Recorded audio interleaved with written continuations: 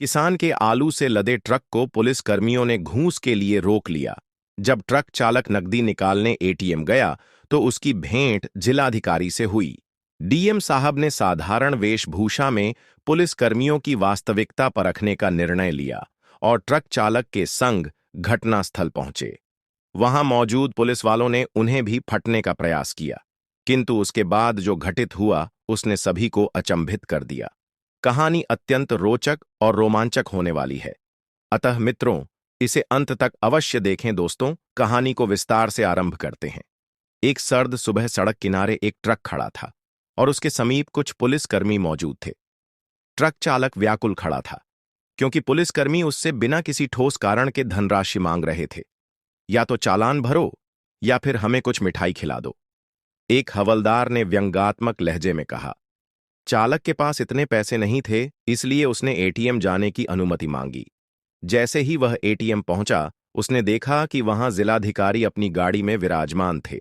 उन्होंने ट्रक चालक को चिंतित देखा और कारण पूछा। ट्रक चालक ने पूरी घटना विस्तार से बताई, जिससे जिलाधिकारी स्तब्ध रह गए। डीएम साहब ने तत्काल एक योजना बनाई और साधारण वस्त्र धारण कर ट्रक चालक के साथ घटनास्थल पर जाने का निश्चय किया। उन्होंने ट्रक चालक को समझाया, तुम चिंता मत करो, मैं तुम्हारे साथ चलता हूं, लेकिन ध्यान रहे, मुझे एक आम नागरिक ही समझना। ट्रक चालक कुछ सहमा हुआ था, किंतु जिलाधिकारी के आत्मविश्वास को देखकर उसमें साहस जागा। डीएम साहब ने अपना सरकारी कोट उतार दिया, एक सामान्य स्वेटर पहन लिया और गाड़ी से उतरकर ट्रक चालक के साथ पुलिसकर्मियों की ओर बढ़ गए। जैसे ही दोनों ट्रक के पास पहुंचे, पुलिसकर्मी फिर से ट्रक चालक पर भड़क उठे। अबे इतनी देर क्यों लगा दी, जल्दी निकाल पैसे, हवलदार ने गुस्से में कहा। ट्रक चालक विनम्रता से बोला, साहब ये गरीब आदमी है, इसके पास इतने पैसे नहीं हैं, कृपया दया करें और ट्रक जाने दें। यह सुनकर एक सिपाही भड़क उठा, अबे तू कौन होता है, इसका वकील बनने वाला, ज्यादा समझाने की कोशिश की तो तुझे भी अंदर कर देंगे। डीएम साहब चुपचाप खड़े रहे, लेकिन अंदर ही अंदर उनका गुस्सा बढ़ता जा रहा था। तभी हवलदार ने ट्रक चालक की कॉलर पकड़ ली और झड़ते हुए बोला, हम कोई मुफ्त की तनख्वाह नहीं खाते सरकार, हमें कम वेतन देती है, इसलिए हमें खुद ही अपना इंतजाम करना पड़ता है, समझे। डीएम साहब ने शांत स्वर में कहा, लेकिन साहब यह तो गलत है, पुलिस का काम जनता की रक्षा करना होता है, न कि उनसे जबरन पैसे लेना। यह सुनकर हवलदार ठहाका मारकर हंस पड़ा और व्यंग्यपूर्ण लहजे में बोला, क्यों बे, तू हमें हमारे काम सिखाएगा, ज्यादा ज्ञानी बन रहा है। हवलदार गुर्रा या अब पुलिस वालों का रवैया पूरी तरह बदमाशी पर उतर आया था। उन्होंने डीएम साहब को धक्का दिया और ट्रक के किनारे ले जाकर धमकी भरे लहजे में बोले, बहुत बोल रहा है, तू चल, तुझे हवालात में बंद करते हैं। अब तक डीएम साहब ने धैर्य बनाए रखा था, लेकिन अब वक्त आ गया था कि इन भ्रष्ट पुलिस कर्मियों को उनकी हद दिखाई जाए। उन्होंने जेब से मोबाइल निकाला और नंबर डायल कर दिया। गंभीर स्वर में बोले, देखता हूं आज तुम्हारी वर्दी कैसे बचती है। उन्होंने फोन कान से लगाया और सख्त लहजे में बोले, एसपी साहब, आपसे तुरंत मुलाकात जरूरी है। कुछ पुलिसकर्मी खुलेआम रिश्वतखोरी कर रहे हैं। मैं इस वक्त घटनास्थल पर मौजूद हूं। ट्रक चालक और आसपास के लोगों की आंखें फटी रह गईं।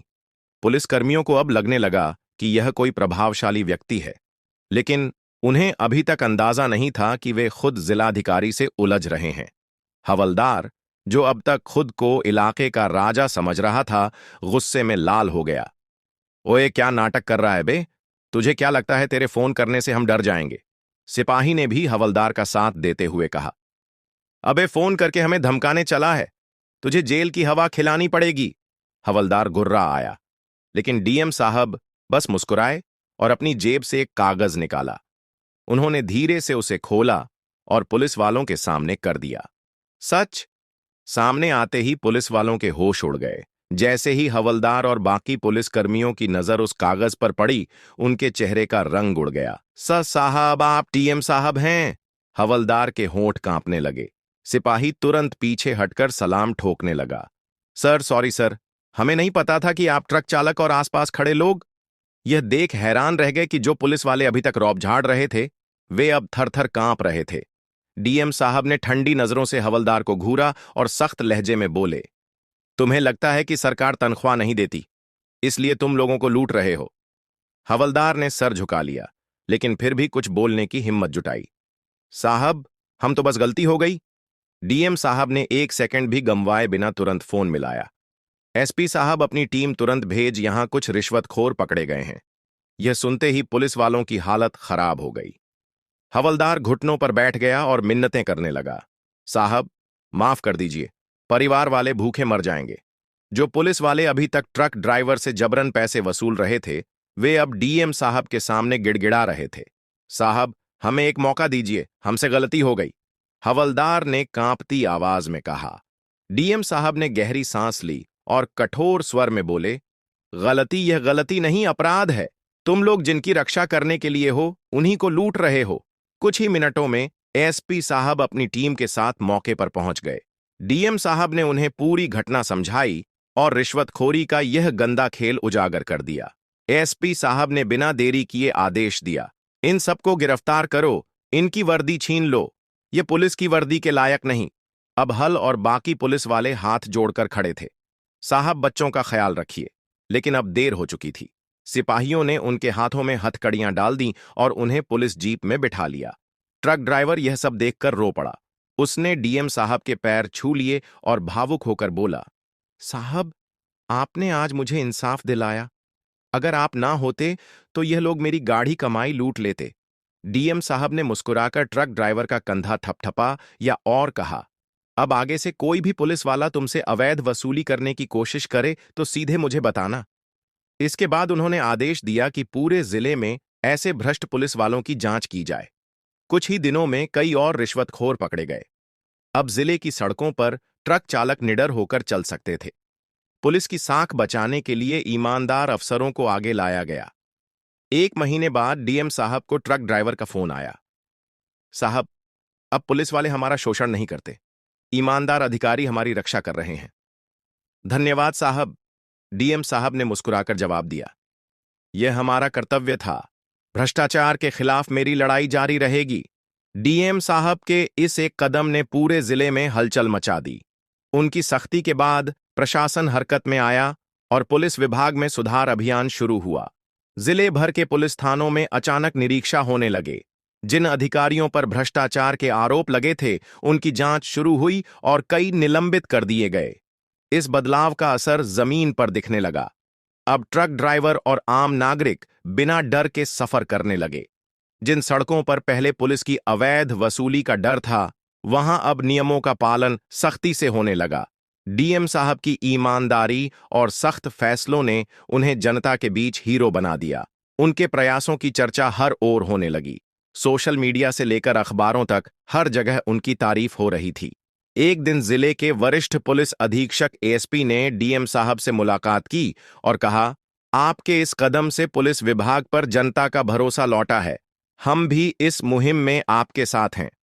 डीएम साहब मुस्कुराए और बोले, ईमानदारी से काम करेंगे तो कानून का सम्मान बढ़ेगा। भ्रष्टाचार के खिलाफ मेरी लड़ाई तब तक जारी रहेगी जब तक हर नागरिक को न्याय नहीं मिल जाता। अब पूरे जिले में एक नई व्यवस्था लागू की गई। सभी पुलिसकर्मियों की कार्यप्रणाली की निगरानी के लिए हेल्पलाइन नंबर जारी हुआ। शिकायत मिलने पर तुरंत कार्रवाई के आदेश दिए गए।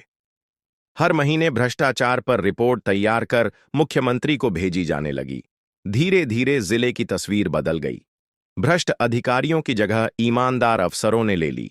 लोग बिना डर अपने काम करने लगे और ट्रक ड्राइवर जो भी डरते थे, अब सुरक्षित महसूस करने लगे। एक दिन वही ट्रक ड्राइवर जिसने डीएम साहब से शिकायत की थी, फिर से उनसे मिलने आया। उसने कहा, साहब, पहले पुलिस वालों का नाम सुनते ही डर लगता था, लेकिन अब हमें उन पर भरोसा है। आपने हमारी जिंदगी बदल दी। डीएम साहब ने उसकी बात सुनकर संतोष की सांस ली और मुस्कुराते हुए बोले, न्याय और ईमानदारी से काम करेंगे तो बदलाव जरूर आएगा। यह कहानी एक प्रेरणा देती है, समाज में सकारात्मक बदलाव की आवश्यकता को समझाती है। हमें किसी भी भ्रष्टाचार या गलत काम का सामना करते हुए सच की राह पर चलने की प्रेरणा मिलती है। यह संदेश फैलाना महत्वपूर्ण है कि जब तक हम सभी ईमानदारी और न्याय के लिए खड़े नहीं होते, तब तक कोई भी व्यवस्था सही तरीके से काम नहीं कर सकती। यदि आप इस वीडियो से प्रेरित हैं, तो इसे लाइक जरूर करें और जय श्री राम लिखकर हमें अपनी राय बताएं। और हाँ, हमारे